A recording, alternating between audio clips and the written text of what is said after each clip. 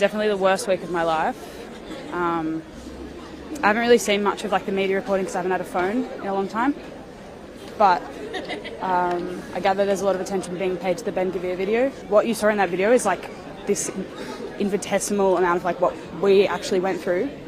And then to think that that's what they do to predominantly white people when they're being held relatively to account, and that there's so much attention being paid to that. And my heart is just broken for the Palestinian people. Last night I visited 5 people in hospital. It was there were 70 or nearly 80 hospitalizations. I visited 5 people in hospital. I visited my friend Arno, who has a broken sternum and a collapsed lung.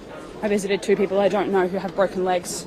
I visited a young woman who there's a vertebrae in her spine, something at the top of her spine, spinal column is broken. This was just these were just random people that I happened to see in 5 hours when I was there, the first 5 people I saw. So the idea that there's no harm that's been done is absolutely dozens and dozens of sexual assaults. If that's what they're prepared to do to Australians on camera, imagine what they're doing to Palestinians who are locked up for years and years and years. I'm really angry. We want an audience with the Prime Minister, and this doesn't stop here.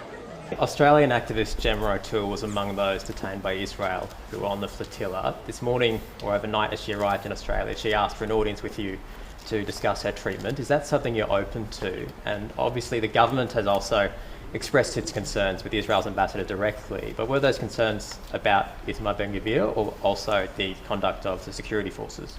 Look, I'm not going to respond without any notice for someone I don't know. I don't know their circumstances. But what I would say very clearly is that the government made our position very clear, and it went to the behaviour of Ben-Gvir. I think that people have a look at the way that people were treated isn't consistent with how we want Australians, but I go further than that, how we want anyone treated. How we want anyone treated. People are deserving of a level of respect and decency, and that minister's behaviour and his rhetoric were not consistent with what I would expect. Israel is so evil, it's actually hard to wrap your mind around.